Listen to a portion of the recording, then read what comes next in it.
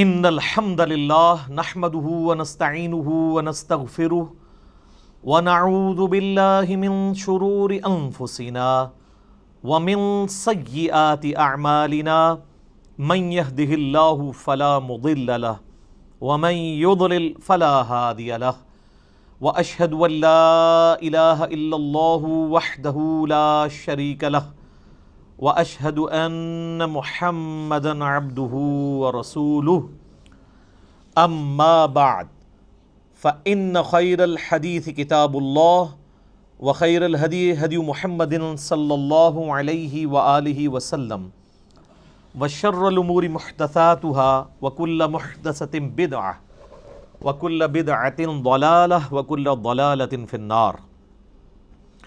اعوذ باللہ السمیع العلیم من الشیطان الرجیم من ہمزہ ونفخہ ونفثہ بسم اللہ الرحمن الرحیم رب اشرح لی صدری ویسر لی امری واحلل عقدۃ من لسانی یفقہوا قولی۔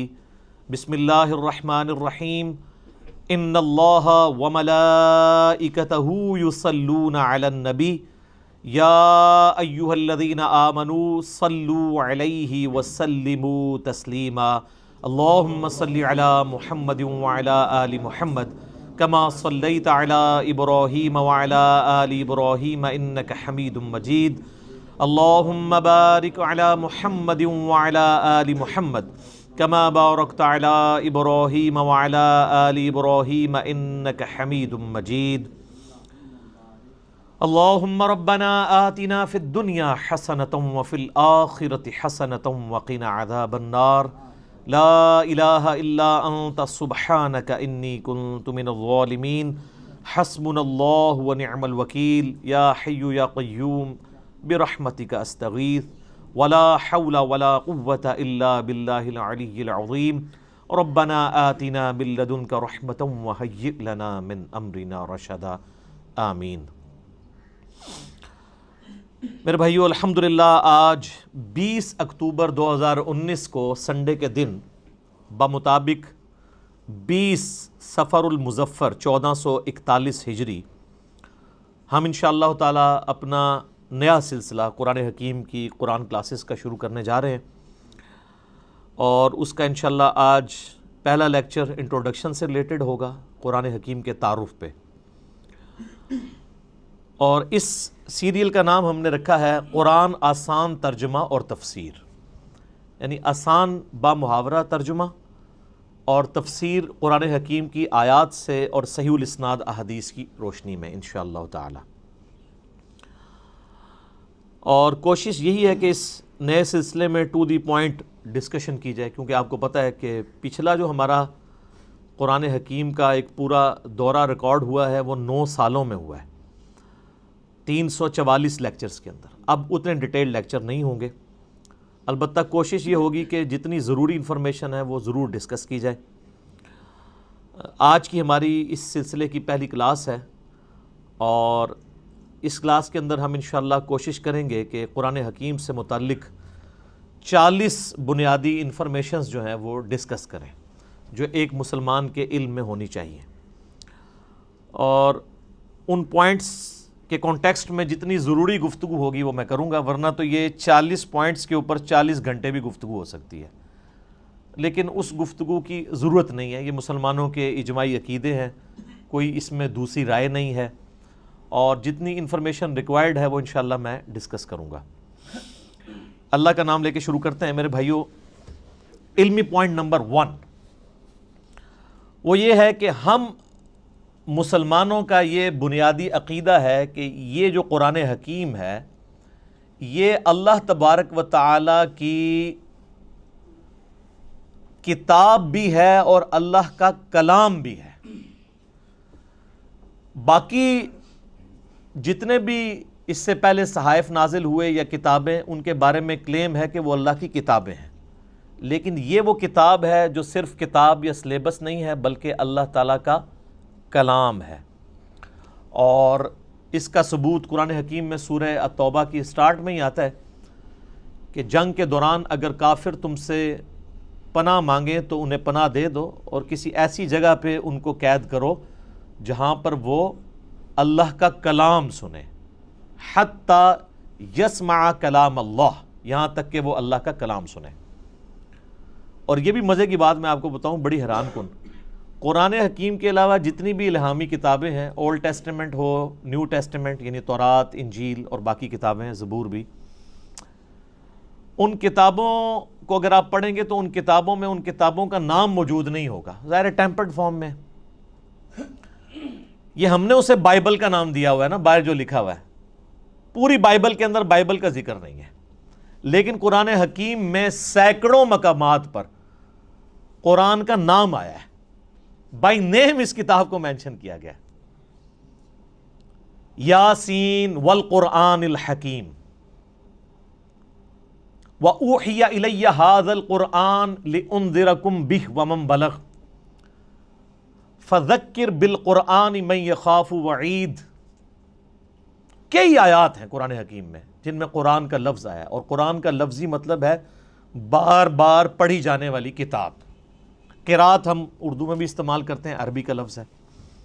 تو یہ پہلی بنیادی انفارمیشن ہے کہ یہ صرف کتاب نہیں ہے بلکہ اللہ کا کلام بھی ہے، اور چونکہ یہ اللہ کا کلام ہے لہٰذا اللہ کی صفت ہوئی، اور اللہ کی صفت ہے تو یہ پھر مخلوق نہیں ہے، غیر مخلوق ہے۔ البتہ جو ہمارے پاس اس وقت یہ بائنڈنگ کے اندر قرآن موجود ہے، اس قرآن کے یہ جو صفحے ہیں یہ تو ظاہر مخلوق ہے، کریشن ہے، اس کے اوپر جو سیاہی ہے پرنٹنگ کی وہ بھی کریشن ہے، اس کا گتا بھی یہ بھی کریٹڈ ہے، لیکن اس کے اندر جو کلام لکھا ہوا ہے اگرچہ وہ کاتب کی رائٹنگ ہے وہ بھی کریشن ہے، کریٹڈ ہے، مخلوق ہے، لیکن جو کلام لکھا گیا ہے جسے ہم پڑھتے ہیں یا سنتے ہیں وہ غیر مخلوق ہے، وہ اللہ کی صفت ہے۔ اور اسی لیے آپ دیکھیں کہ سورۃ الاعراف میں آتا ہے نا کہ حضرت موسیٰ علیہ السلام نے خواہش کا اظہار کیا تھا کہ اے اللہ میں تجھے دیکھنا چاہتا ہوں، تو اللہ نے کیا فرمایا تھا؟ تو مجھے نہیں دیکھ سکتا، تو پہاڑ کی طرف دیکھ، اگر یہ پہاڑ میری تجلی سے قائم رہا تو پھر تم بھی یہ یعنی ایزیوم کر سکتے ہو کہ مجھے بھی دیکھ سکو گے۔ پہاڑ پہ جب اللہ کی تجلی اللہ تعالیٰ نے ڈالی جو سورۃ الاعراف میں آتا ہے، تو اس کی وجہ سے پہاڑ جو ہے وہ ریزہ ریزہ ہو گیا، اور سورۃ الاعراف میں آتا ہے کہ اس تجلی کے انڈائریکٹ مشاہدے کی وجہ سے موسیٰ علیہ السلام بھی بے ہوش ہو گئے۔ یہ علیحدہ بات ہے کہ آپ کے بزرگ کلیم کرتے ہیں کہ وہ اللہ کا دیدار کرتے ہیں، چونکہ وہ تو کہانی ہے، یہ قرآن ہے، یہ ہے سچائی۔ تو یعنی اللہ تعالیٰ کی صفات کے اثرات کیا ہیں، اور سیم اسی طرح کی چیز قرآن حکیم کے بارے میں سورۃ الحشر میں آئی ہے، لو انزلنا هذا القرآن على جبل، اگر ہم یہ پہاڑ پر نازل کر دیتے تو پہاڑ بھی اس قرآن کے نزول کی وجہ سے پھٹ جاتا، ریزہ ریزہ ہو جاتا۔ کیوں؟ کیونکہ قرآن اللہ کی صفت ہے، اللہ کا کلام ہے، کلام متکلم کی صفت ہوتا ہے نا، تو اس کا ایفیکٹ یہی ہونا تھا جو اللہ تعالیٰ کی ذات کا ایفیکٹ ہے کہ قرآن اگر کسی پہاڑ پر نازل ہوتا تو وہ بھی اس قرآن کے روب کی وجہ سے ریزہ ریزہ ہو جاتا۔ سر یہ ہمارے محبوب صلی اللہ علیہ وآلہ وسلم کا مبارک سینہ ہے کہ جس پہ آلموسٹ 23 سال تک قرآن نازل ہوتا رہا ہے، اور اگر آپ بخاری مسلم کی احادیث اٹھا کے دیکھیں تو نبی علیہ السلام کے اوپر ایک کیفیت طاری ہو جایا کرتی تھی جب قرآن کا نزول ہوتا تھا، اور سخت سردیوں میں بھی بخاری مسلم کے الفاظ ہیں کہ آپ صلی اللہ علیہ وآلہ وسلم کے مبارک چہرے پر یعنی پسینہ بہنا شروع ہو جاتا تھا، اتنا وحی کا بوجھ ہوتا تھا، اور اس حالت میں صحابہ کرام آپ کو دیکھ نہیں سکتے تھے، چہرہ مبارک سرخ ہو جاتا تھا، اور جس طرح یہ خراٹے لینے کی آواز ہے نا، اس طرح بخاری مسلم میں آتا ہے اس قسم کی آواز آپ کے منہ سے نکلنا شروع ہو جاتی تھی، اور پھر صحابہ کرام جو ہیں وہ سارے سر جھکا لیتے تھے یوں، اور آپ علیہ السلام کے سر مبارک کے اوپر ایک بڑی چادر دے دی جاتی تھی، حتیٰ کہ آپ اپنی وہ اس حالت میں واپس آئیں، یعنی آپ صلی اللہ علیہ وآلہ وسلم پر یہ حالت طاری ہوا کرتی تھی۔ اب یہ علمی پوائنٹ نمبر 1 ہوا ہے جی، ابھی صرف ابھی میں اس پہ اور بھی بول سکتا ہوں، لیکن میں جو فی البدی چونکہ میں نے گفتگو کرنی ہوتی ہے، رٹی رٹائی نہیں ہوتی، پوائنٹس میں نے صرف لکھے ہیں کہ مجھے یاد رہے کہ کوئی پوائنٹ سکپ نہ ہو، ادروائز اگر میں ایک ایک پوائنٹ کے اوپر نوٹس بناؤں نا تو پھر یہ 40 لیکچرز میں صرف قرآن کا تعارف ہی ختم ہو، لیکن وہ پھر آپ انٹرسٹ لوز کر جائیں گے. بس اتنی بات کی جائے جو آپ کے انٹرسٹ کی چیز ہے، جس میں آپ کا پریویس نالج بھی انوالو ہو، کچھ نئی بات بھی آپ کی انفارمیشن میں آ جائے. علمی پوائنٹ نمبر 2، ہم مسلمانوں کا یہ اجماعی عقیدہ ہے کہ قرآن حکیم اللہ تعالیٰ نے اپنے آخری پیغمبر سیدنا و مولانا امام اعظم محمد رسول اللہ صلی اللہ علیہ وآلہ وسلم پر نازل فرمایا ہے. یعنی یہ قرآن حکیم سلیبس کی فارم میں نبی علیہ السلام کے ہینڈ اوور نہیں کیا گیا، بلکہ آپ پر یہ نازل ہوا ہے، آپ کے سینہ مبارک کے اوپر. اور اس قرآن کی اتھینٹسٹی آپ صلی اللہ علیہ وآلہ وسلم کی مبارک زبان ہے، اسی لیے آپ کے کریکٹر کو منوایا گیا ہے. سورہ یونس کے سٹارٹ میں بھی آیت نمبر 15-16 میں آتا ہے نا کہ اے نبی علیہ السلام ان سے فرماؤ میں اتنا عرصہ تم میں رہا ہوں، کیا تم نے اس سے پہلے کوئی ایسی بات مجھ سے سنی ہے؟ یعنی میں صادق اور امین ہوں، میں نے کبھی دعوی نبوت نہیں کیا اس سے پہلے، نہ کوئی یعنی میری کوئی ایسی خواہش تم نے کبھی آبزرو کی ہو، تو اچانک یعنی چند دنوں کے بعد میں یہ کلیم کر رہا ہوں کہ یہ اللہ کی طرف سے مجھ پر کتاب نازل ہوئی ہے، تو یہ اس بات کا ثبوت ہے میری پریویس زندگی. تو یہ آپ صلی اللہ علیہ وآلہ وسلم پر نازل ہوئی. اب یہ ٹاپک بھی گھنٹوں کا محتاج ہے اگر صرف اس ٹاپک کو ایڈریس کیا جائے کہ نبی علیہ السلام پر یہ قرآن نازل ہوا، اس قرآن کی اتھینٹسٹی کے حوالے سے، لیکن میں اسے سکپ کرتا ہوں. علمی پوائنٹ نمبر 3، ہم مسلمانوں کا یہ عقیدہ ہے کہ قرآن حکیم باللفظ محفوظ ہے. یہ کتاب بالمفہوم نہیں ہے کہ نبی علیہ السلام نے پڑھ کے سنائی تو صحابہ نے جو سمجھا اس کو سلیس عربی کے اندر اپنے یعنی ذہن کے مطابق لکھ دیا. نہیں، ایک ایک لفظ من و عن ویسا ہی ہے جیسا کہ اللہ تعالیٰ نے نازل فرمایا، کوئی انٹرپریٹیشن نہیں ہے اس کی، بالمفہوم نہیں ہے، باللفظ ہے. اور یہ عقیدہ صرف قرآن کے بارے میں. یہ بعض لوگ کہتے ہیں نہیں ہم حدیث کو بھی قرآن کا درجہ دیتے ہیں. حدیث کے بارے میں اجماعی عقیدہ ہے کہ حدیث بالمفہوم ہے. چند باتیں باللفظ بھی ہیں، جیسے ہم نماز کے اندر جو کچھ پڑھتے ہیں وہ بخاری مسلم میں نبی علیہ السلام کی احادیث ملتی ہیں، آپ نے ان کو تعلیم فرمایا ہے. لیکن اوورآل آپ علیہ السلام کے حوالے سے جو چیزیں بیان کی جاتی ہیں بالمفہوم ہے. اور یہی وجہ ہے کہ آپ احادیث کی کتابیں کھولیں گے نا تو کئی احادیث کے اینڈ پہ وہ راوی کہتا ہے او کما قال علیہ السلام، یا جیسا پھر رسول اللہ نے فرمایا تھا. یعنی مجھے یہ بات پتہ چلی، مجھے یوں سمجھ آئی، یا جیسے پھر آپ نے فرمایا تھا مفہوم یہی تھا. اور آپ بخاری مسلم اٹھا کے دیکھیں، آپ کو درجنوں احادیث ملیں گی کہ ایک ہی مجلس میں آپ صلی اللہ علیہ وآلہ وسلم نے کوئی بات ارشاد فرمائی ہے، کئی صحابہ نے اس بات کو رپورٹ کیا ہے، سب کے الفاظ میں تھوڑا بہت فرق ہے، اوورال مفہوم ٹھیک ہے، لیکن کسی سے کچھ سکپ ہو گیا، کسی سے کچھ. مثلا اب یہاں پہ تقریباً آلموسٹ 100 کے قریب لوگ بیٹھے ہوئے ہیں، میں یہاں پہ 55 منٹ کے اندر کتنی باتیں کروں گا. اب باہر نکل کے ان میں سے کتنے % لوگ ہیں جو منوان میری ایک ایک بات کو پروڈیوس کر سکتے ہیں؟ باہر جا کے نہیں کر سکتے. کچھ کو کچھ حصہ یاد ہوگا، کچھ کو کچھ، اس طریقے سے اوورال سب کو جمع کریں گے تو آلموسٹ آپ کامیاب ہو جائیں گے اس پوری مجلس کو. یہ ویڈیو ریکارڈ تو اس زمانے میں نہیں تھا، اس لیے تو ویڈیوز بنائی جاتی ہیں تاکہ کوئی چیز سکپ نہ ہو. تو اس وقت تو لوگ کریمنگ کے اوپر اعتبار کرتے تھے، نبی علیہ السلام سے سنتے تھے، یاد کرتے تھے، پریکٹس کرتے تھے، آگے باتیں پہنچاتے تھے. اور اس کا آپ کو بہترین نمونہ صحیح مسلم میں ملے گا. بخاری میں آپ کو ان چیزوں کا آئیڈیا نہیں ہوتا کیونکہ بخاری میں احادیث سکیٹرڈ فارم میں ہے. مسلم شریف میں ایک مجلس کی نبی علیہ السلام کی ایک وقت کی احادیث کے جتنے طرق آئے ہیں نا مختلف چینز سے، وہ آپ کو ایک جگہ ملیں گے. مثلا مسلم کی پہلی حدیث یہی ہے مولا علی علیہ السلام سے، اور بخاری میں بھی موجود ہے کہ نبی علیہ السلام نے فرمایا جس شخص نے میری طرف جھوٹی حدیث منسوب کی وہ اپنا مقام دوزخ میں دیکھ لے. اب یہ حدیث آپ کو سیدنا علی سے ملے گی، سیدنا عبداللہ ابن عباس سے ملے گی، سیدنا ابو ہریرہ سے، سیدنا جابر بن عبداللہ سے، سیدنا انس ابن مالک سے، سیدنا مغیرہ ابن شعبہ سے رضی اللہ عنہم اجمعین وعلیہم السلام اجمعین. 7-8 صحابہ سے ایک ہی حدیث ملے گی. اور امام مسلم نے اس کو ایک ترتیب سے نا اس مجلس میں، یہ جو نبی علیہ السلام کا فرمان تھا، ایک ایک صحابی سے وہ لے کے ہیں، تو آپ کو ان کے آپس کے الفاظ میں بھی 19-20 کا فرق نظر آئے گا، لیکن مفہوم ایک ہی ہوگا. اسی لیے مسلم شریف کی ترتیب کو کہا جاتا ہے کہ حدیث کی کتابوں میں سب سے بیسٹ جو ترتیب ہے وہ صحیح مسلم کی ہے، کیونکہ آپ کو یہ اندازہ ہو جاتا ہے کہ ایک مجلس میں کوئی چیز سکپ نہیں ہوئی. ایک حدیث کو کئی راوی اور کئی صحابہ کے شاگرد آگے تابعین بیان کر رہے ہوتے ہیں، سارے الفاظ آپ کو ایک جگہ مل جاتے ہیں. لیکن اللہ کا شکر ہے کہ یہ جو پرابلم ہے یہ قرآن حکیم کے کیس میں نہیں ہے.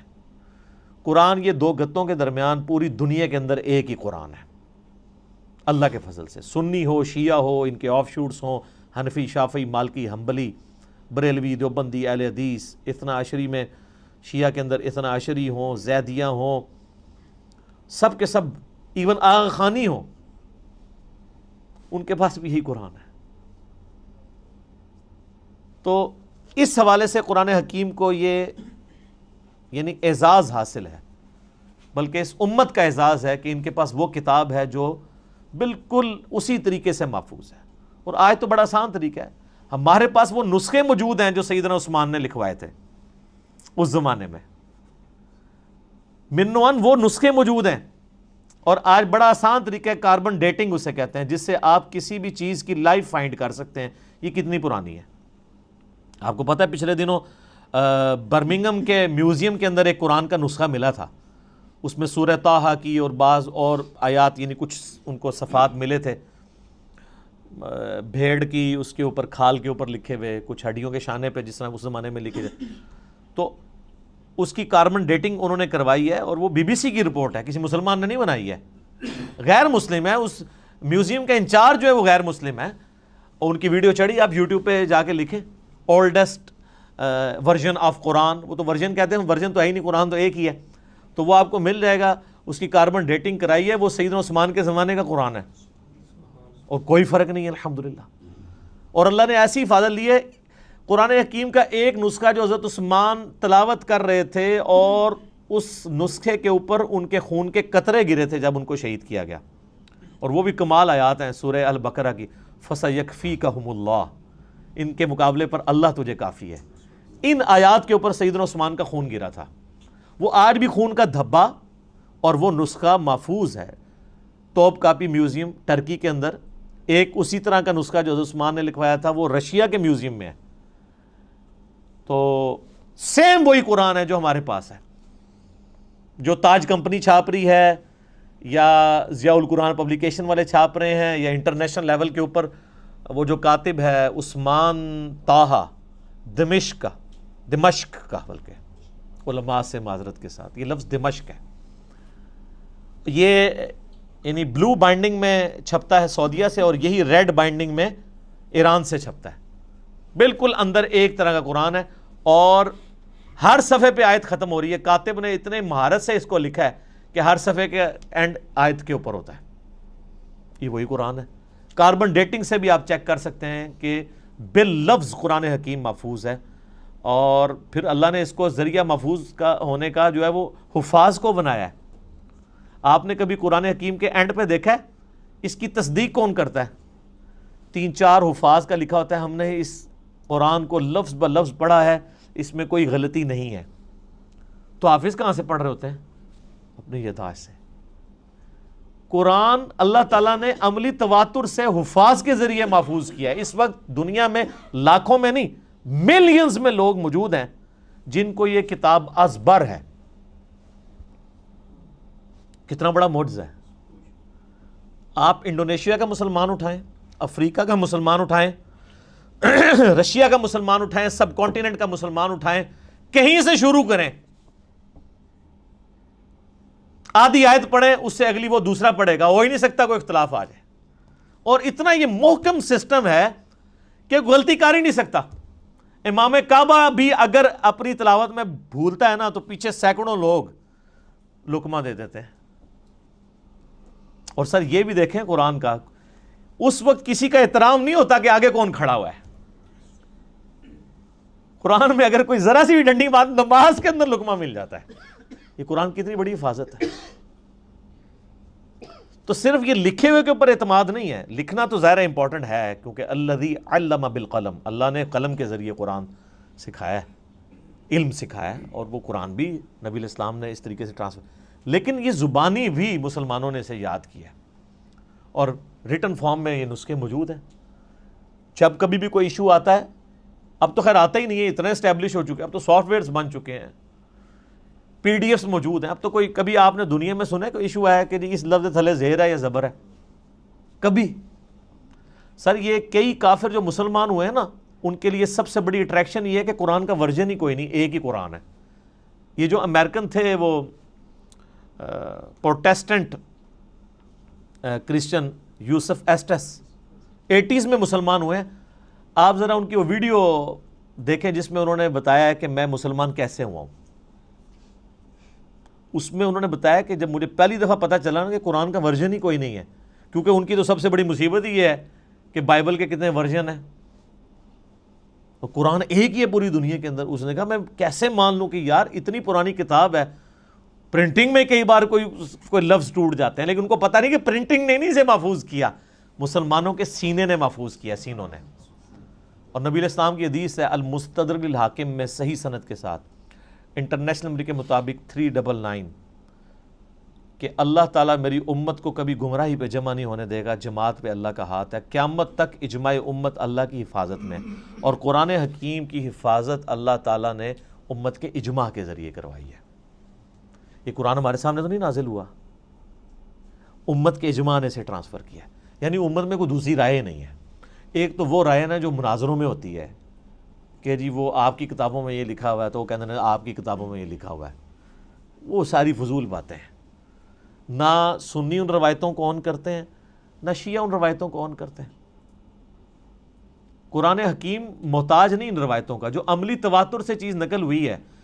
دنیا میں 1000 مسلمان بھی کھڑے ہو کے کہیں یہ آیت ایسی نہیں ایسے ہے، آج تک تو کوئی نہیں کھڑا ہوا، نہ ہوگا اللہ کے فضل سے۔ وہ کہہ رہے ہیں جی پچھلے دنوں جی وہ اسرائیل والوں نے جی ایک سورت بنا کے پوری چڑھا، اور سارے اسرائیل والے پورا قرآن بنا کے اور چڑھا دیں۔ آپ کو یقین نہیں کہ اس کی حفاظت کا ذمہ کس نے لیا ہوا ہے؟ اللہ نے۔ صحابہ کرام کو تو شاید یہ آیت نہ سمجھ آئی ہو اس وقت، ایمان بالغیب ہی ہو، انا نحن نزلنا الذکر وانا لہ لحافظون، سورۃ الحجر آیت نمبر 9۔ بے شک اس القرآن کو، الذکر کو، اللہ کی یاد دلانے والی کتاب کو ہم نے نازل کیا، ہم اس کی حفاظت کرنے والے ہیں۔ ان کے لیے تو یہ تھیوری تھی نا، لیکن ہمارے لیے تو پریکٹیکل ہے۔ ہم تو 1500 سال تاریخ میں دیکھ سکتے ہیں کہ کوئی ٹیمپر نہیں ہوا، کتنا کتنا برے وقت مسلمانوں پہ آئے ہیں۔ ایک وہ وقت بھی آیا کہ ہلاکو خان نے بغداد کی ساری لائبریریز جو ہیں وہ دریائے دجلہ میں بہا دی تھی، تو قرآن کو تو کوئی فرق نہیں پڑا۔ اور وہ جو برمنگھم کا نسخہ ہے نا ان کے پاس جو نکلا ہے، وہ انگریزوں کے دور حکومت میں ان کے پاس وہ نسخہ ہاتھ لگا تھا، پھر وہ انہوں نے انگلینڈ میوزیم میں شفٹ کر دیا تھا، کیونکہ انگریزوں کی حکومت پھر سلطنت عثمانیہ ٹوٹنے کے بعد عراق کے اوپر بھی رہی ہے۔ اس دوران انہوں نے پرانی کسی لائبریری سے اسے شفٹ کیا تھا، جو ہلاکو خان کی تباہی کی وجہ سے بچ گئے ہوئے تھے نسخے۔ تو قرآن حکیم کو اللہ تعالیٰ نے اس طریقے سے محفوظ کیا۔ اچھا، یہ جب میں نے پوائنٹ لکھے تھے نا، تو میں نے کہا تھا میں ایک منٹ میں ایک پوائنٹ بیان کروں گا تو 40 منٹ میں ختم ہو جائے گا، لیکن یہ تو ان لوگوں کا ختم ہوتا ہے جنہوں نے خبریں پڑھنی ہوتی ہیں، جنہوں نے درد دل سامنے رکھنا ہوتا ہے، جنہوں نے ایک کمپریہنسو نالج گین کیا ہوتا ہے، جن کو پتہ ہے کہ اس وقت دنیا کیا سوچتی ہے اسلام کے بارے میں، تو ان کے لیے تو پھر یہ ایک پوائنٹ کو ڈسکس کرنا ہے 1 منٹ کے اندر ناممکن ہو جاتا ہے، مختصر یہ کام ہو نہیں سکتا۔ پھر میں نے اپنے بھائیوں سے مشورہ بھی کر لیا تھا کہ اگر ہم بالکل اسٹرکٹلی اس کے ساتھ اٹیچ رہیں گے کہ ہم نے اتنے منٹ میں اتنی چیزوں کو ختم کرنا ہے، تو پھر وہ فی البدی گفتگو کا جو حسن ہے وہ ختم ہو جائے گا، پھر کئی پوائنٹس رہ جائیں گے جو ضروری ہوں گے، جو ایک مسلمان کو پتہ ہونے چاہیے۔ علمی پوائنٹ نمبر 4 وہ یہ ہے میرے بھائیوں کہ قرآن حکیم اپنی اصلی فارم میں لوح محفوظ کے اندر ہے۔ یہ ہمارے ہاتھ میں جو قرآن ہے نا، یہ اس کی اتھینٹک کاپی ہے۔ اصل میں جو قرآن ہے نا وہ اللہ نے لوح محفوظ میں لکھا ہوا ہے، بل ہوا قرآن مجید فی لوح محفوظ۔ سورۃ الواقعہ میں بھی آیا نا کہ وہاں سے اس کو کس نے، تنزیل من رب العالمین، یعنی یہ رب العالمین کا اتارا ہوا ہے۔ لا یمسہ الا المطہرون، یعنی جو قرآن حکیم ہے نا اس کو وہاں پر پاکیزہ فرشتے ہی چھوتے ہیں، کوئی وہاں پہ پہنچ نہیں سکتا۔ اللہ نے اسے اتارا ہے، یہ جنات کے اثر سے نہیں ہے، شیاطین کے اثر سے نہیں ہے، کیونکہ کافروں کا اعتراض تھا نا کہ جی نبی الاسلام، اور بعض میں مخلص بھی تھے کہ یار اچانک زندگی کے 40ویں سال میں آپ غار میں جا کے غار حرا میں بیٹھے ہیں، ہو سکتا ہے کسی آسیب کا سایہ ہو گیا ہو، تو اس کی وجہ سے آپ یہ کلام کر رہے ہیں۔ تو وہ تو پھر آپ کو پتہ ہے سیب کے سائے والوں کی حالت یہ تو نہیں ہوتی، ان کی تو حالت ہی کچھ اور ہوتی ہے۔ وہ صحیح مسلم میں بڑی مشہور حدیث ہے نا، ایک بندہ ہے جو جھاڑ پھونک کیا کرتا تھا آسیب کے سائے کے لیے، جادو ٹونا کا علاج، اس کا نام تھا ضماد، عربی میں ضاد میم الف اور دال، اردو میں زماد، کئی مسلمان رکھتے بھی ہیں نام وہ، لیکن وہ جن کے نام زماد ہے نا، ان کو پوچھے نا کہ نام آیا کہاں سے ہے، ان بیچاروں کو مسلم شریف کی حدیث نہیں پتہ ہوگی کہ زماد ہے کون تھا۔ وہ جھاڑ پھونک کیا کرتا تھا، مکے آیا تو اس نے سنا کہ یہاں پہ ایک شخص ہے کہ جو بڑا ایک ڈائنامک اس کی لائف تھی، یعنی وہ سب کی آنکھوں کا تارا تھا، ایک کامیاب تاجر بھی تھا اور لوگ اس کے پاس امانتیں رکھواتے تھے، بڑا زبردست، یعنی وہ ایک سمجھ لیں کہ اس معاشرے کے ایلیٹ طبقہ تھا۔ تو اچانک اس کو کچھ ہو گیا اور لوگ پریشان ہیں۔ ظاہر ہے جس نے 40 سال تک کوئی بات ہی نہ کی ہو اس ٹاپک پہ، اور اب وہ کہے کہ میں اللہ کا پیغمبر ہوں، مجھ پہ یہ کلام نازل ہوا ہے، تو لوگ تو پریشان ہو جائیں گے۔ تو اس نے کہا کہ میں جھاڑ پھونک جانتا ہوں، اگر تم مجھے اس کے پاس لے جاؤ تو مجھے امید ہے کہ میں اس کا علاج کر لوں گا۔ اس کو کیا پتا تھا کہ علاج اس کا نہیں، اس کا اپنا ہو جائے گا۔ تو لوگ اسے لے گئے نبی الاسلام کے پاس، تو آپ صلی اللہ علیہ وآلہ وسلم سے اس نے کہا کہ میں آپ کا علاج کر سکتا ہوں، آپ بتائیں کہ آپ کے ساتھ کیا ایشو ہے، تو اپنا مسئلہ بیان کریں۔ تو آپ صلی اللہ علیہ وآلہ وسلم نے نا کوئی بات نہیں کی، قرآن بھی نہیں پڑھا۔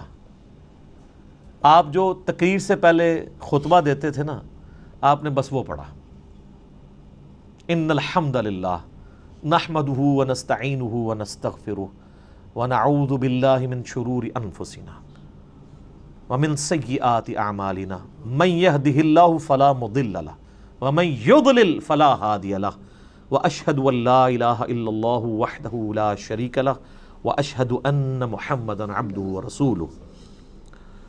اب یہ کاش آپ کو عربی آتی ہوتی تو آپ کو پتا ہوتا کہ آپ نے کیا پڑھا ہے صلی اللہ علیہ وآلہ وسلم۔ تو اس نے جب سنا تو وہ ہل گیا، اس نے کہا جی ایک بار ذرا پھر سنائیں۔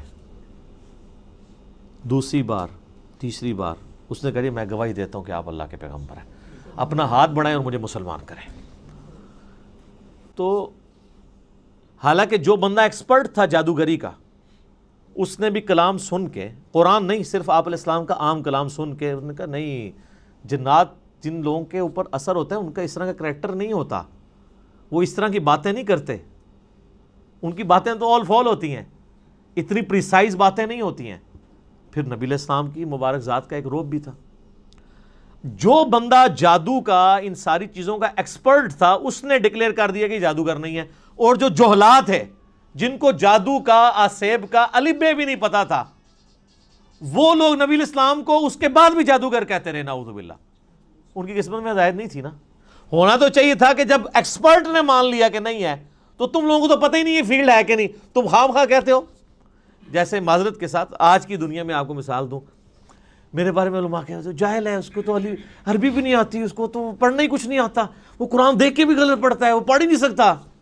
ٹھیک ہے، آپ کہتے رہے، تو جو سن رہے ہیں ان کو نہیں پتا کیا ہو رہا ہے، تو ہم ان باتوں کا بھی جواب نہیں دیتے۔ ہم کہتے ہیں ٹھیک ہے یار، آپ نے ہمیں جج کرنا ہے، ہماری ویڈیوز آپ کے سامنے ہیں، آپ ان کو دیکھیں اور جج کریں، آپ کو پتہ چل جائے گا سچائی کیا ہے، جھوٹ کیا ہے، غلط کیا ہے، آپ کو سب کچھ پتہ چل جائے گا۔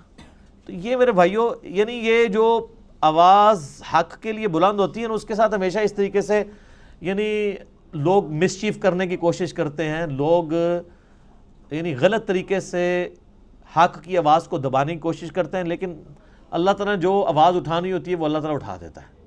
ٹھیک ہے، یعنی اب یہ بھی پوائنٹ ایک اتنا بڑا پوائنٹ ہے کہ یعنی اس کے اوپر ڈسکشن ہو سکتی ہے کہ قرآن حکیم اللہ تعالیٰ نے لوح محفوظ میں رکھا ہوا ہے اور اپنے اصلی حالت میں یہ ہمارے پاس یہ کاپی ہے۔ کتنی بڑی خوش نصیبی ہے کہ ہمارے پاس وہ کتاب ہے کہ جو اوریجنل کتاب لوح محفوظ میں ہے۔ سورہ زخرف کے سٹارٹ میں بھی آیا نا، اللہ تعالیٰ نے فرمایا کہ یہ کتاب جو ہے ام الکتاب، کتابوں کی ماں، اللہ کی ہارڈ ڈسک لوح محفوظ کے اندر ہمارے پاس ہے۔ اور یہ یاد رکھیے گا، یہ مصحف جس ترتیب میں ہمارے پاس موجود ہے نا، اسی ترتیب میں لوح محفوظ پہ لکھا ہوا ہے، اگرچہ اس کی ترتیب نزول یہ نہیں ہے۔ مصحف کی ترتیب آپ پتہ نا، سورۃ العلق کی پہلی 5 آیات نازل ہوئی ہیں، وہ تو پارہ نمبر 30 میں ہے. سورہ بقرہ جو ہے وہ اس وقت نازل ہوئی ہے جب 2/3 قرآن نازل ہو چکا ہوا تھا، مکی قرآن وہ شروع میں ہے. لیکن اللہ کے پاس لوح محفوظ میں اسی ترتیب میں ہے. وہ اللہ تعالیٰ نے اس کتاب کو سرکمسٹانسز کے اوپر نازل کیا ہے، اور یہ اس قرآن کی سب سے بڑی خوبی ہے جو کسی اور الہامی کتاب میں نہیں ہے، کہ جو سرکمسٹانسز کے اوپر نازل ہوئی ہے اور مسلسل 23 سال تک. علمی پوائنٹ نمبر 5 میرے بھائیو، قرآن حکیم ہمارے محبوب صلی اللہ علیہ وآلہ وسلم کا واحد معجزہ ہے جس کی بنیاد پہ ہم نبی علیہ السلام کے لیے نبوت کلیم کرتے ہیں. ویسے تو آپ کے ٹینجیبل فارم میں فزیکل فینومینا آف نیچر کو توڑنے والے، قانون قدرت کو توڑنے والے کتنے حسی معجزات بخاری مسلم میں رپورٹ ہوئے ہیں. میں نے 4 لیکچرز ریکارڈ کرائے ہیں اس کے اوپر، مسئلہ 131 A B C D. لیکن دعوی نبوت جس معجزے کے اوپر ہے وہ یہ کتاب ہے. کیوں؟ آپ علیہ السلام کی نبوت قیامت تک کے لیے تھی. آپ کا معجزہ بھی ایسا ہونا چاہیے تھا جو قیامت تک کے لیے آپ دکھا سکیں. آج حضرت عیسیٰ علیہ السلام کا معجزہ، مردوں کو زندہ کرنے والا کوئی عیسائی ہمیں دکھا سکتا ہے؟ ہم بھی مانتے ہیں عیسیٰ علیہ السلام کو، ہم بھی نہیں دکھا سکتے. کوئی ویڈیو، کوئی یہودی حضرت موسیٰ علیہ السلام کے عصا کو دوبارہ آج اژدہا بنا کے دکھا سکتا ہے؟ ہم بھی نہیں دکھا سکتے. وہ آپ جناب عصا اگر مل بھی جائے کہیں سے، آپ چاہے وہ امام کعبہ کے ہاتھ میں دے دیں، آپ ویٹیکن سٹی میں بیٹھے ہوئے کرسچن پوپ کے ہاتھ میں دے دیں، یا یروشلم میں بیٹھے ہوئے یہودی پریسٹ کے ہاتھ میں دے دیں، یا آپ کے جتنے رحمت اللہ علیہ ہیں اور غوث اور اقداب اور جن کے بارے میں آپ کا کلیم ہے ان کے ہاتھ میں دے دیں، ان کو کہ اس کو پھینک کے ذرا اژدہا بنا کے بتائیں. نہیں بنا سکتے. وہ حضرت موسیٰ کے ہاتھ تک ہی معجزہ تھا. لیکن یہ وہ کتاب ہے جو نبی علیہ السلام کے پاس معجزہ، صحابہ کے پاس معجزہ، تابعین، تبع تابعین، قیامت تک آنے والے آخری انسان کے لیے بھی معجزہ ہے. مسلمان نہیں، انسان کے لیے بھی. اور ہر زمانے کے ٹیسٹ پہ پورا اترتا ہے. اسپیسیفکلی تو یہ پورا اترا اس ٹیسٹ میں کہ عرب کے لوگ اپنے آپ کو اتنا بڑا فصیح اللسان سمجھتے تھے کہ وہ ادر دین جو نان عرب ہیں، عربیوں کے علاوہ جو لوگ ہیں، ان کو وہ کہتے تھے یہ اجمی ہیں، گونگے، یہ بول نہیں سکتے. اور یہ حقیقت ہے کہ عربی لوگوں کی فساد اتنی تھی کہ وہ عام گفتگو بھی شاعری کے انداز میں کر لیتے تھے فی الودی. لیکن جب قرآن نازل ہوا، ان بڑے بڑے شعراء نے بھی اپنے کلام پھاڑ دیے کہ یار یہ کلام کمال کلام ہے. موسیٰ علیہ السلام کے زمانے میں جادوگری عروج پہ تھی. اللہ تعالیٰ نے موسیٰ علیہ السلام کو ایسا معجزہ دیا، جادوگر بھی سجدے میں گر پڑے. کتنی دفعہ قرآن میں یہ واقعہ آیا ہے. اور وہ بہت بڑا معجزہ تھا. لکڑی کا اژدہا بننا یہ بہت بڑی چیز ہے. پلانٹ کنگڈم اینیمل کنگڈم میں بدل رہا ہے، اور پھر اینیمل کنگڈم، پھر پلانٹ کنگڈم میں. اس کو ذرا امیجن کریں. عیسیٰ علیہ السلام کے زمانے میں طب، ڈاکٹری بڑی عروج پہ تھی، ان کو بڑا فخر تھا. لیکن کوئی ڈاکٹر مادر ذات کوڑی اور اندھے کو آنکھیں دے سکتا ہے؟ قرآن حکیم میں سورہ مریم کے اندر، سورہ مائدہ کے اندر حضرت عیسیٰ علیہ السلام ہاتھ پھیرتے تھے، آنکھیں آ جاتی تھی. سارے ڈاکٹر فیل ہو گئے. انہوں نے کہا یہ ڈاکٹری سے آج نہیں پاسبل. ڈاکٹری سے آنکھ کسی بندے کی آپ لگاتے ہیں دوسرے کو، اور آنکھ ہو ہی نہ، اور اس میں مٹی رکھ کے اور ایک پرندے کی مورت بنا کے مٹی کی پھونک مارتے تھے، اللہ کے اذن سے وہ پرندہ بن جاتی تھی. اب کون سا ڈاکٹر یہ کام کر سکتا ہے؟ قرآن حکیم کے زمانے میں شاعری عروج پہ تھی. اللہ تعالیٰ نے کلام بھی ایسا دیا کہ شعراء فیل ہو گئے. لیکن یہ اس پہ ختم نہیں ہے. قیامت تک کے لیے جو جو وقت کا ٹیسٹ آئے گا اس پہ یہ کتاب پوری اترے گی. آج سائنس کی دنیا ہے. قرآن حکیم سے کوئی ایک آیت بھی نہیں بتا سکتا جو اسٹیبلش سائنس، ہائپوتھیسس تھیوری نہیں، اسٹیبلش سائنس کے خلاف ہو. اس کے برخلاف ہم آپ کو کئی باتیں بتا سکتے ہیں جو قرآن حکیم ایسی کرتا ہے جو پرانی سائنس ان باتوں کی تصدیق نہیں کرتی تھی، لیکن آج کی سائنس ان باتوں کی تصدیق کرتی ہے. جس میں سب سے بڑی بات، ہم نے اپنے بچپن میں یہ چیزیں پڑھی ہوئی ہیں کہ جی زمین جو ہے وہ ساکن ہے اور سورج اس کے گرد چکر لگاتا ہے. شروع میں بچوں کو سمجھانے کے لیے پڑھا دیتے تھے نا، بعد میں پھر وہ چیزیں، لیکن یہ سٹارٹ بھی ہوئی تھی تھیوری سائنس میں. قرآن بہت پہلے سے کہہ رہا ہے کلٌ فی فلک یسبحون، تمام اجرام فلکی جو ہیں وہ تیر رہے ہیں آسمان میں. اور تیرنا بیک وقت تیرنے میں ایک چیز فلوٹ بھی کرتی ہے اور اپنے محور کے گرد بھی گھومتی ہے. جو بھی آپ کوئی بھی گول چیز اگر سمندر میں پھینک دیں نا وہ فلوٹ کرنے کے دوران اپنے محور کے گرد گھومے گی بھی ان ویوز کی وجہ سے. اللہ نے لفظ بھی ایسا استعمال کیا ہے کہ نہ صرف وہ کسی اور چیز کے گرد ریوالو کر رہی ہیں بلکہ اپنے ایکسس کے گرد، اپنے محور کے گرد بھی وہ چیزیں گھوم رہی ہیں. تو قرآن حکیم تو اس چیز کو پہلے ہی ایڈریس کر چکا ہے. اس حوالے سے آپ ایک میرا کلپ بھی ہے Quran and modern versus modern science, وہ آپ دیکھ لیں. ڈاکٹر ذاکر نائک کا بھی ایک ویڈیو ہے پرانی، پھر انہوں نے دوبارہ سے ریکارڈ کرائی تھی، وہ بھی آپ دیکھ لیں. ڈاکٹر مورس بوکائل ایک فرینچ سرجن تھے جو مسلمان ہوئے، تو انہوں نے کتاب وہ لکھی Bible Quran and science. Urdu میں ترجمہ ہوا ہے لیکن وہ ترجمہ بھی اردو والا بھی اتنا مشکل ہے کہ عام بندوں کو سمجھ نہیں آتا. بہتر یہ کہ آپ اسے انگلش میں ہی پڑھیں. تو انہوں نے یہ ثابت کیا ہے کہ اس ماڈرن دور میں جتنی بھی الہامی کتابیں ہیں وہ سائنس کے ٹیسٹ کو پاس نہیں کرتی سوائے اس کتاب کے. ان میں سائنٹیفک فالٹ موجود ہیں. وہ فالٹ اس لیے نہیں ہے کہ ان کتابوں میں کوئی اللہ تعالیٰ کو کوئی غلطی لگی ہے، وہ اس لیے کہ وہ کتابیں ٹیمپرڈ فارم میں تحریف شدہ ہیں. یہ کتاب محفوظ ہے، وہ بھی اگر محفوظ ہوتی تو اس میں کوئی اینٹی سائنس سٹیٹمنٹس نہ آتی. تو یہ ایک علیحدہ سے ٹاپک ہے، گھنٹوں بولا جا سکتا ہے، لیکن میں اسے سکپ کرتا ہوں.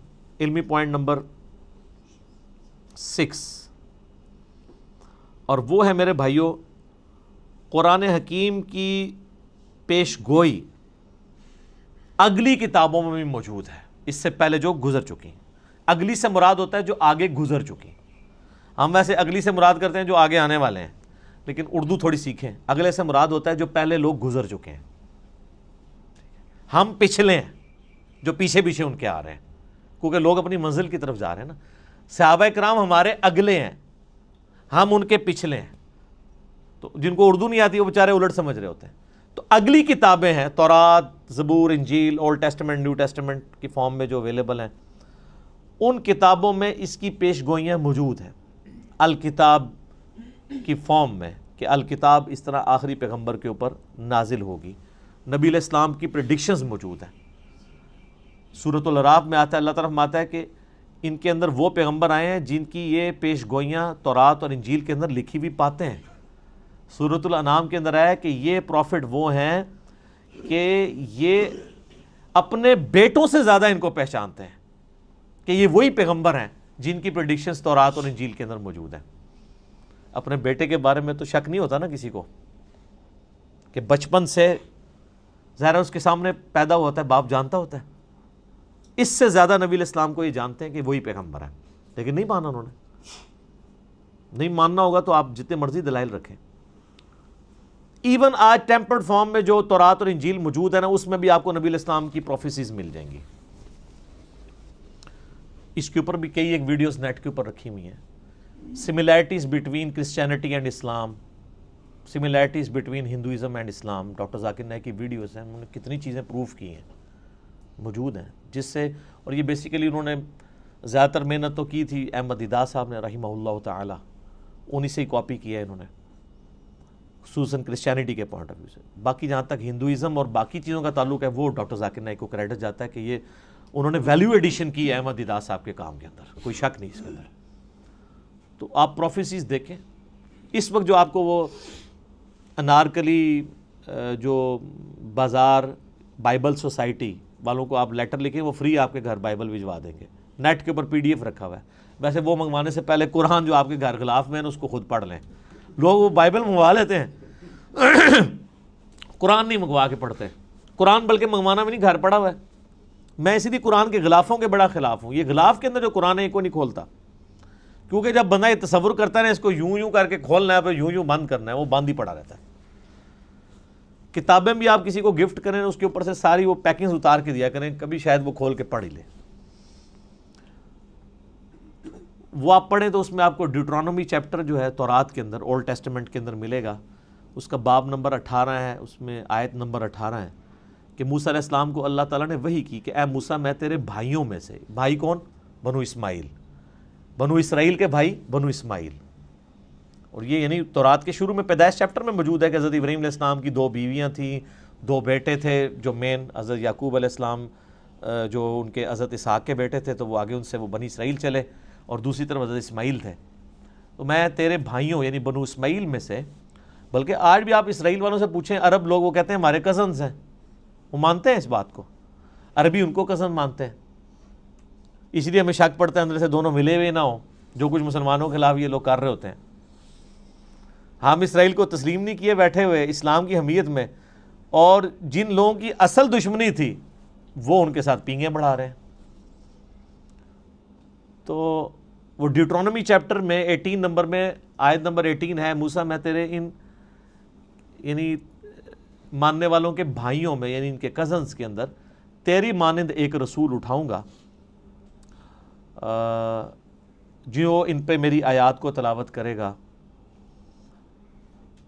اور اسی طریقے سے گاسپل آف جان جو ہے، جو اولڈ ٹیسٹمنٹ نیو ٹیسٹمنٹ کٹھے وہ انجیل مقدس چھپی ہوئی ہے، اس میں جو نیو ٹیسٹمنٹ میں گاسپل آف جان ہے، اس کے اندر چیپٹر نمبر 15 سے 18 تک آپ کو کئی آیات ملیں گی. حضرت عیسیٰ علیہ السلام اپنے ماننے والوں کو کہتے ہیں میرا دنیا سے جانا تمہارے لیے رحمت ہے، میں جب جاؤں گا تو میں اپنے رب سے ریکویسٹ کروں گا اس ہستی کو دنیا میں بھیجیں گی جو میرا نام دنیا میں روشن کریں گی.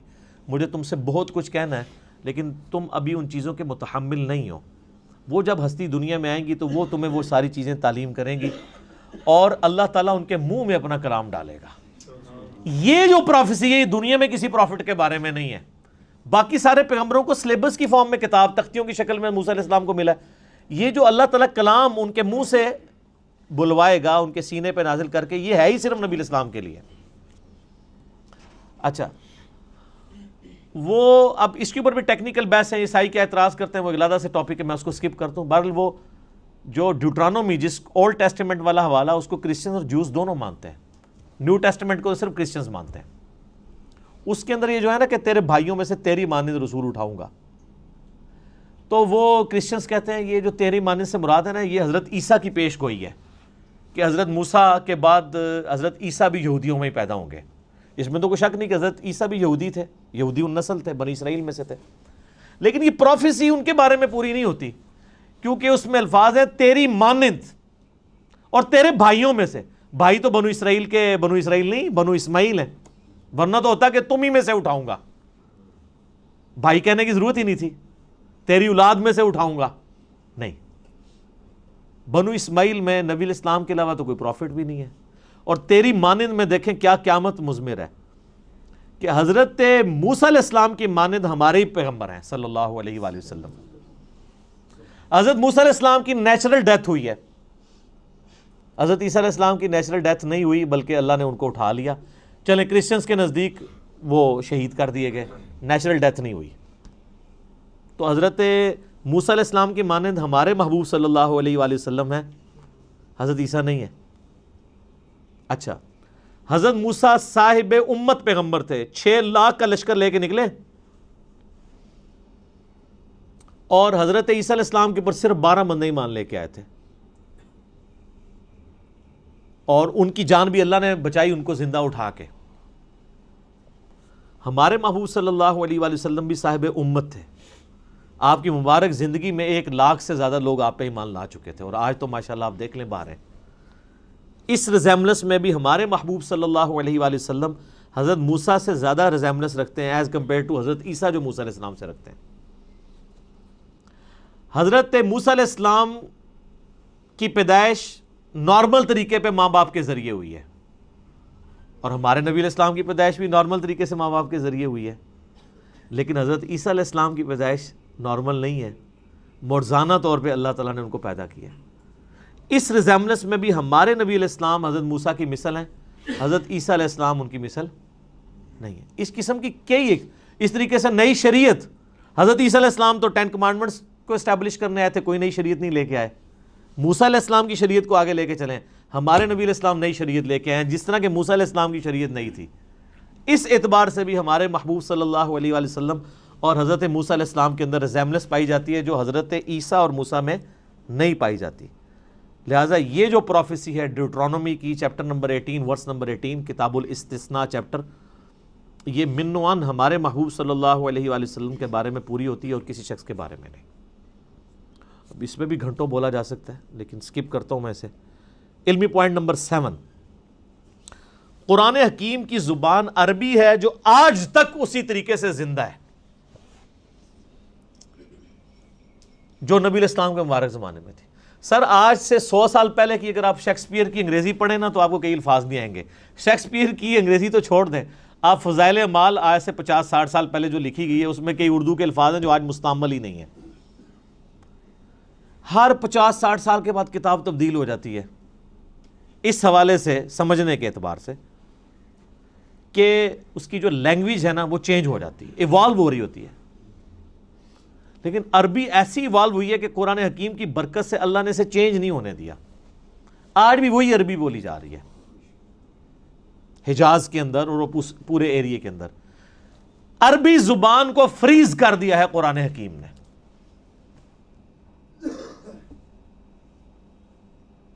اور قرآن حکیم میں سورہ یوسف کے سٹارٹ میں بھی آیا اِنَّا جَعَلْنَاهُ قُرْآنًا عَرَبِيًّا لَعَلَّكُمْ تَعْقِلُونَ. ہم نے قرآن عربی میں نازل کیا ہے تاکہ تم اس کو سمجھ سکو، تمہاری اپنی زبان میں نازل کیا ہے.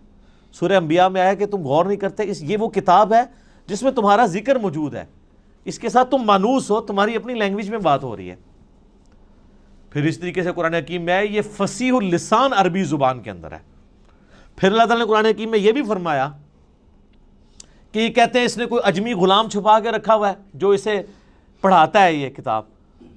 تو اللہ نے فرمایا کہ کیسا اجمی غلام ہے کہ جو کتاب ہے وہ فصیح عربی کے اندر ہے اور اجمی اس کو سکھا رہا ہے. یہ بات یہ نہیں تمہارا یعنی چھڈو جڑی پھڑی بھی جائے ایڈی لمبی چھڈ دو، اتنی لمبی گپ شپ فٹ ہی نہیں بیٹھتی. تو یہ عربی فصیح زبان اور آج تک قرآن کی برکت سے اللہ تعالیٰ نے عربی کو محفوظ رکھا ہے. علمی پوائنٹ نمبر 8، قرآن حکیم کا جو ڈائلیکٹ ہے، لہجہ ہے، وہ عرب کے بادیہ نشین جو پینڈو لوگ، گاؤں کے رہنے والے، ریگستانوں کے رہنے والے، اعرابی جنہیں کہا جاتا ہے، بدو لوگ، ان کے ڈائلیکٹ میں یہ قرآن نازل ہوا ہے. یعنی جس طرح آپ آج بھی دیکھ لیں، ایک ہے شہری پنجابی عجیب پٹھی سیدھی، اور ایک ٹھیٹھ گاؤں کے لوگوں کی پنجابی ہے. اس کے ڈائلیکٹ میں اور شہری پنجابی کے ڈائلیکٹ میں کتنا فرق ہے. اور ایک ہے لکھنؤ کے لوگوں کی، یو پی کے لوگوں کی اردو، اور ایک ہے ہم پنجابیوں کی اردو. ڈائلیکٹ میں فرق ہے. ہم اردو زبان کو سیکھ تو ضرور سکتے ہیں، اس ڈائلیکٹ کو بھی سیکھ سکتے ہیں، لیکن پھر بھی کہیں نہ کہیں پکڑے جاتے ہیں کہ پنجابی ہیں. میں نے تو اپنے آپ کافی اوور کم اس اعتبار سے کیا ہے کہ الفاظ کی ادائیگی ٹھیک ہو، لیکن بعض اوقات اپنے لہجے سے پتہ چل جاتا ہے کہ یہ اردو بولنے والا پٹھان ہے، پنجابی ہے، بلوچی ہے، سندھی ہے. تو اس اعتبار سے جو ڈائلیکٹ ہے نا قرآن کا، وہ ہے عرب کے بادیہ نشین لوگوں کی عربک کا. اور وہ آج بھی آپ عرب میں چلے جائیں نا، وہ اسی طریقے سے وہی عربی بولتے ہیں. ویسے آپ اپنے علاقوں میں بھی دیکھیں، آپ لاہور میں چلے جائیں تو اور طرح کی پنجابی ہے، فیصل آباد والوں کی اپنی پنجابی ہے، اور اگر آپ سیالکوٹ میں چلے جائیں، سیالکوٹ والے جب اردو بھی بول رہے ہوتے ہیں ہمیں پتہ چل جاتا ہے یہ سیالکوٹ کا بندہ ہے، کیونکہ وہ اس کو اپنے اسی سٹائل میں بول رہے ہوتے ہیں. اسی طریقے سے جو ہند کو یعنی یہ سطح مرتفع پوٹھوہار کے رہنے والے، ہم بھی پوٹھوہاری ہیں جہلم کے لوگ، یہاں کی ہم تو خیر اتنے پوٹھوہاری نہیں، آپ ذرا پنڈی چلے جائیں نا، ان کی ذرا آپ پنجابی سنیں. ہم تو کہتے ہیں نا ادھر آؤ، وہ کہتے ہیں ادھر آؤ. اب لفظ وہی ہے لیکن ذرا ڈیفرنٹ فارم میں. یہ ڈائلیکٹ کہلاتے ہیں. ایک ہی لفظ دوسری فارم میں جب بولا جاتا ہے لفظ وہی ہے. اب ادھر آؤ اور ادھر آؤ میں بڑا فرق ہے، لیکن لفظ ایک ہی ہے، ڈائلیکٹ کا فرق ہو گیا. ٹھیک ہے، ایک تو نہیں کہ الفاظ ہی ڈیفرنٹ ہے. جس طرح ہم دے کہ نو یعنی وہ فلاں چیز لے کر آؤ، اب تو کہتے ہیں لے آؤ. وہ پنڈی کے لوگ کہتے ہیں کہ نو، وہ ذرا آپ سمجھ لیں ہند کو کے ساتھ مکس ہوئی ہوئی پنجابی ہے، لیکن عربی اللہ تعالیٰ نے ایسی محفوظ کی ہے کہ اللہ کے فضل سے، حالانکہ دوسرے عرب ملکوں میں عجیب و غریب عربی بھی بولی جا رہی ہے، عربی میں گاف کوئی نہیں ہے، لیکن آپ مصر والوں کی عربی سنیں وہ گاف بھی بولتے ہیں. ہاں جی، تو وہ بلکہ وہ طارق جمیل صاحب نے یہ خود سنایا، وہ کہتے ہیں مصر کی ایک جماعت آئی ہوئی تھی، یہ اوریجنل انہوں نے واقعہ سنایا، کہتے ہیں مصر سے ایک تبلیغی جماعت آئی ہوئی تھی تو کسی گاؤں میں پنجاب کے ٹھہری، تو وہ ان کو نماز کے لیے آگے کیا، تو وہ نماز کے بعد دعا کروانے لگے نا، تو اس نے دعا کی اللہم انی اسألک الگنہ، اللہم انی اسألک، میں تو اس سے گنا مانگتا ہوں. اچھا وہ جنہ کو گنا پڑھتے ہیں، لفظ ہے جیم، تو وہ اس کو گاف پڑھتے ہیں.